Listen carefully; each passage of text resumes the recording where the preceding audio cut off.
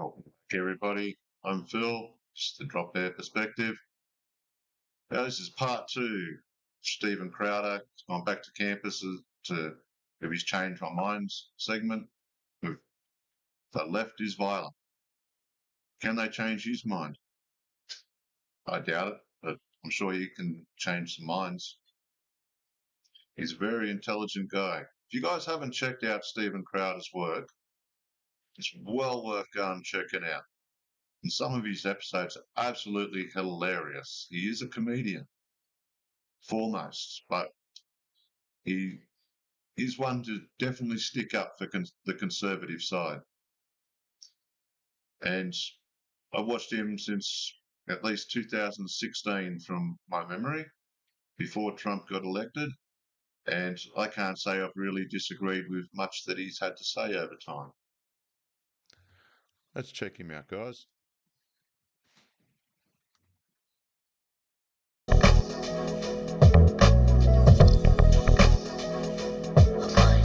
In a moment, if I may, for a brief intermission, and the only time I'd be addressing the crowd this day, to issue a new challenge and lay out next steps. Guys, this will be probably one of the only times that I address you kind of as a mass of people, because these usually end up being individual conversations. But I wanted to take a moment just to kind of communicate something here. When we started Change My Mind, the idea was back in 2016. I think the first ones were in 2017, so nearly a decade now. SMU was one of the very first places. And actually, I believe one of the very first places was me with a sandwich board in Burlington, Vermont, in a morph suit, because it wasn't on campus initially. But the more I went on campus, the more I saw the failures of the institutions. And I want to be really clear about something. This was never designed to mock, denigrate, or dunk on students who don't know any better. It was always designed to highlight the failures of the institutions, because I was dumbfounded as to the fact when leftists would sit down that this was the first time they were hearing mainstream conservative views. So it was always about highlighting the failures of institutions, and that includes media, but certainly academia. And that's why the next step, and something we've been trying to put together for a long time, but no one has agreed to do so, and why I'll be announcing this publicly and reading it out, we're actually going to be starting or calling for formal debates with professors at schools. And the only way we can think to get these people to show up is to offer up $10,000 to the school for whatever cause of their choice, to their institution, and reach out and, oh, Lane, sorry, your phone locked. Where's Lane? Yep. Your phone, I really can't have much of an excuse to say no. And they're getting $10,000 donated to their faculty. See, I have to read this off his phone because I just had to get the list. Can you hold it open? All right. And so we have reached out, and any Tom, Dick, Harry, or Karen who will respond and take the $10,000 offered up as a charitable contribution in any of the departments of political science or liberal arts at the University of Texas, at Kansas University, UCLA, Cal, Berkeley, Stanford, USC, Penn State, Columbia, NYU, Harvard, Boston University, any of their esteemed professors in these schools who are willing to have a debate with a college dropout comedian. They can name the time, the place, pick the moderator, and the rules. It should be an easy day out. And I encourage anyone who has any friends at these institutions, or if you have an association, to encourage their professors to do so. Or we can have a civil dialogue and maybe get to the root cause as to why you've been failed as students. You've been failed. It's time to go straight to the top, to the people who failed you. We'll announce this publicly and post this list publicly, and I'll update you guys if anyone reaches back out. No luck yet. I very much appreciate you doing the work that your professors in many cases refuse to do. Thank you. I really can't see too many professors reaching out and actually accepting that deal, because they know that they will be humiliated, but there will be some, and hopefully very soon.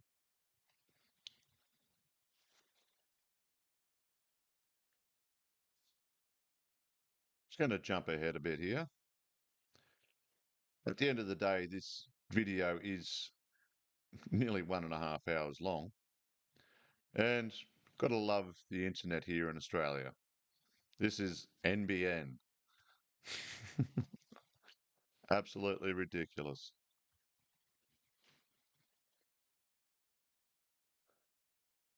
As a whole bunch of other programs and everything ad-free. Let's go on to this next subject. Christopher. Chris. Fine. I don't know how familiar you are with what this series is, but First time hearing Okay. about it, most, but I know the memes. so yeah, I didn't see that one coming. As far as when it happened, I was like, oh, it was just me at a table. Yeah. I'll tell you what it's not. It's Right. not clips and reels and shorts and dunks and gotcha and clickbait. If this conversation is productive and we're both having it in good faith, it'll be uploaded in its entirety contextually. It's an opportunity for us to rationalize, to reason our positions on what are viewed as controversial topics. Yeah. So before I get to the premise, and by the way, you can take this if you want. We always make the sources publicly available. Fantastic. So if you just take that, that's yours. The QR code, you can go check the references. Thank you. Okay. And fact check me in case I'm lying to you, because people, I don't know if you know this, people in media do that shit. Yes. Could you do me a favor? Yep. And just so we agree, kind of read this: political violence, terrorism. This is defined by the current sources being cited out there, and I'll summarize it for people watching. Hopefully we find common ground on the idea. Political violence is when violence is used as a means to a political end. Mm-hmm. So let's say you vote Democrat and you accidentally hit someone with your car today, Yeah. who happens to be a Republican. That's not political violence. Yeah, absolutely. There was. But if you go, I'm going to give me a Republican, that would be political violence. We agree on that? Yes. We can agree Okay. on that. So what I'm asserting today is, sorry, I know we just touched hands, but it's okay. Okay. I'm fine if you're All fine. good. Is that by and large, the tone, tenor, temperature right now, certainly in 2025, of political violence is coming overwhelmingly from the left. And I think this leads nowhere good unless the course corrects. If you disagree, you're welcome to change my mind. So, I would disagree, one, in the statement that these blanket statements of the left is violent hurts the idea, creates a divisiveness of us versus them. I agree with what you're saying. I've been hearing your stats as well, that yes, it's disproportionately on the left as of late, and the stats I've seen and as you defined. I think... So you agree with that? I agree with that aspect. Well, would it surprise you that a lot of people don't agree with that? They say, well, there's more violence on the right. That's the talking point. However, even if there is more violence on the right, or even if there is more violence on the left, I think violence as a whole is a problem. But I think you're also going to have violence as you radicalize groups, regardless. Sure. May I address that? Just because we are a little bit tight for time right now, I apologize. Totally fine. And I hear about radicalizing a lot. And by the way, the reason for that is, I can fit it on a sign. Yeah. And then I provide the context when we sit down. So I'm matching the rhetoric of the left, right? They say the right commits more crime. I go, oh no, actually the left is violent. But then I think I explain it contextually. Yep, absolutely. We hear about radicalizing a lot. Yep. So, and I think that does happen. I don't think it's possible to be in a right-wing echo chamber because all of media, all of Hollywood, all of mainstream press, these institutions in academia lean heavily left. I think some people can silo themselves off, but still, people on the right are more aware of the positions on the left than vice versa. But we hear about radicalizing. Let me ask you this. Okay, you disagree with that? I would definitely But let's disagree with assume that. somebody's watching all the right-wing channels. Okay. Is there anything that you can think of more radicalizing than a moderate conservative who sat down and spoke peacefully, being politically assassinated as an act of terrorism in cold blood, and then gleefully celebrated thereafter when we tried to host peaceful memorials to mourn the death of our own, showing up, attacking, desecrating, spitting at every single vigil and memorial, and then blaming the right and saying we need to tone down the temperature? In other words, if you're a young conservative who watched Charlie Kirk, or could have been me, by the way, sitting in that chair because there have been many attempts. Yep. I don't think there's anything on earth that could be more radicalizing than that because the left still kept blaming the right. They didn't take the off-ramp. Okay, but I would also argue we don't know all the motivations behind why the shooter did what he Sure we did. do. Also, we can't... We do. Okay, but it was come out and stated that he was, like... Only left-wing media will keep saying that we don't have all the facts yet and that it's more than likely a MAGA supporter. No. His boyfriend was transitioning and he was a crazy leftist. Doing this for left-leaning political reasons He said far before you could have even known what it was. No. A lot of the statements... All right. Are you aware that, by the way, and this is just because it's relevant, we had a leak under the DOD. So we were my team right here. They were the people who broke the news that there were engravings on the bullet casings that were anti-fascist, that were weird trans sort of 4chan type stuff. That's the OWO notices bulge. And the reason it was leaked to us from someone at DOD, DOJ, is because they were concerned that it would be buried. So when we released that, which of course now we know is true, it's been confirmed, we were tarred and feathered as liars and fake purveyors of fake news. So we knew it before anyone else, and I've been following it since. He said it was an act of political violence. He said that he killed Charlie Kirk because he was hateful and fascist. That's enough for me. Okay. That is wrong. Absolutely. And so I can agree with Well, not wrong. Do we agree that it's pretty clear what the motives are if the person who does it says it? Yes, if he's said it, I mean, you could still... And engraved it? The engraving, though, isn't necessarily leftist. Like, I think you could definitely make an argument that it is leftist, but you could also make an argument... One, you could easily make an argument that you wanted to add division. Shooting Charlie Kirk with a bullet engraving that says, fuck fascism, when Charlie Kirk, and by the way, yours truly, have been accused of being fascist for a decade, and then you read the writings of him saying he's hateful. That seems pretty clear to me. In other words, you sent a bullet with the engraving, fuck fascism, at the person. Absolutely. People said Charlie Kirk was a fascist. This person believed it, shot him because he believed he was a fascist. Is that not clear? That is clear. What I would say, though, is that doesn't still okay. That doesn't necessarily mean it's far leftist. But even if in this case it is far leftist, I still don't think... Would we agree that the reasoning for the murder was the rhetoric of the left? They are the ones who accuse people like myself and Charlie Kirk of being fascist in comparisons to Hitler. If they weren't doing it, no one would think we're fascist. I would agree that the rhetoric on both sides, though... No, not on both sides. We don't accuse the left of being fascist and Hitler.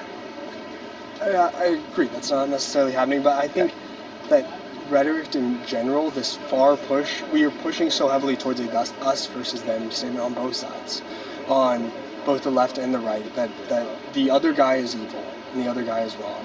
And that is true of a lot of both people that I know personally and in general.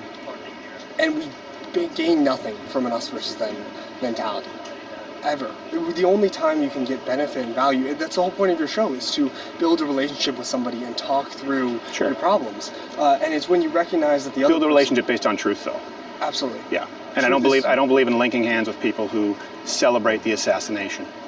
And the problem is that 62% of those on the left, 62% YouGov poll after Charlie Kirk was killed, 62% on the left believed that it was somewhat to completely acceptable political violence. 77% of self-identified conservatives said no. Snap poll before Charlie Kirk was killed, 6-1, left supports violence over the right. Another poll from Rutgers after Donald Trump, right, the attempted assassination, over 60% on the left supported it. You don't find that from conservatives against Kamala Harris. Over 60%. Firebombing Teslas, over 60% assassin. So in other words, you do have to look at the rhetoric, you do have to look at the acts of violence, and you do have to look at the preponderance of evidence, the totality of the polls that shows one side of the political aisle justifies, supports political violence as a means to an end, and that is the left. What about January 6th, as an example? Let me give you some context for January 6th.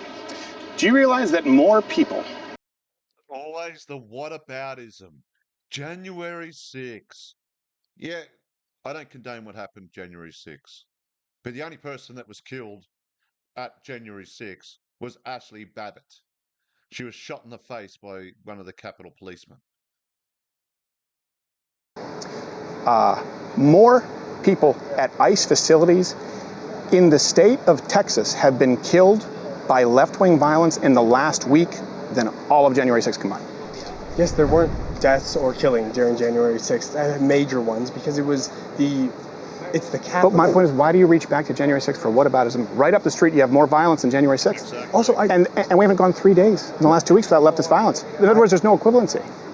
What about January 6th? I agree, but however, also you have to recognize that, for one, the aspects of ICE, I think that is a major issue and a major problem. And if we could have time to go into that, I know we don't have. I'm sorry. I'm so sorry because they're booing us because of security. Amazing to go into, but like that right there is a major problem as well. And I think there is something to be said. How so? With ICE and all that, the lack of due process given to immigrants being deported. Okay, so what you just said, I just want you to bear with me here. That kind of rhetoric, that there's a problem with ICE, no due process, people who are here illegally are not entitled to the same due process as American citizens, and that kind of rhetoric is why people shoot up ICE facilities. They're doing their job. A slight change in deportation policies, and by the way, I mean very slight, because Barack Obama did it too. Mm-hmm. He had to give speeches on it because he was like, guys, we have to deport some people. A slight change in border policy is not something that warrants any kind of justification for the fomenting violence that we see from the left. ICE is doing their job, and illegal aliens are not entitled to due process. They never have been. Constitution, peoples in the U.S. are entitled to due Nope, process. to American citizens. To natural American citizens. And naturalized what about, American citizens. Okay, Someone happens to set foot in our country, if they're a terrorist, they're entitled to due process, as opposed to, and we're not, by the way, executing them, we're deporting them, we're sending them back to their country of origin. Yes, because that is what makes America amazing, is that you are innocent until proven guilty. Where are you getting this idea that anyone who enters the country is entitled to our constitutional rights and due process? Where are you getting that? People in the U.S. But where are you getting this idea? In other words, that's not anywhere in our laws and our founding and our constitution that anyone who comes into this country illegally is entitled to due process and our constitutional rights. They're not. Where are you getting that? In we the people under the U.S. It is. They are not we the people. They're not Americans. They're not allowed to be here legally. But he's just trying to spew out the same rhetoric that he just hears over and over. They haven't been given due process. But they came into the country illegally to start with. Why should they have any rights at all? Should violent criminals be allowed to vote on law that relates to crime? Be allowed to have due process. Why? Where are you getting it? Because of the fact. Aside from you feel that they should, Fair. What's the basis for it? Because that's how the Constitution is stated. It's not. Is that the people It is not. Okay. That's what I'm saying. So where are you basing it if not that? Fine. But the problem is you have people saying, hey, ICE. All right, guys. I'm going to leave it there. Go check out Stephen Crowder. He's definitely worth watching. And he's got years and years of content still on YouTube, but he's over on Rumble. Please like, share, and subscribe. I'll see you next time.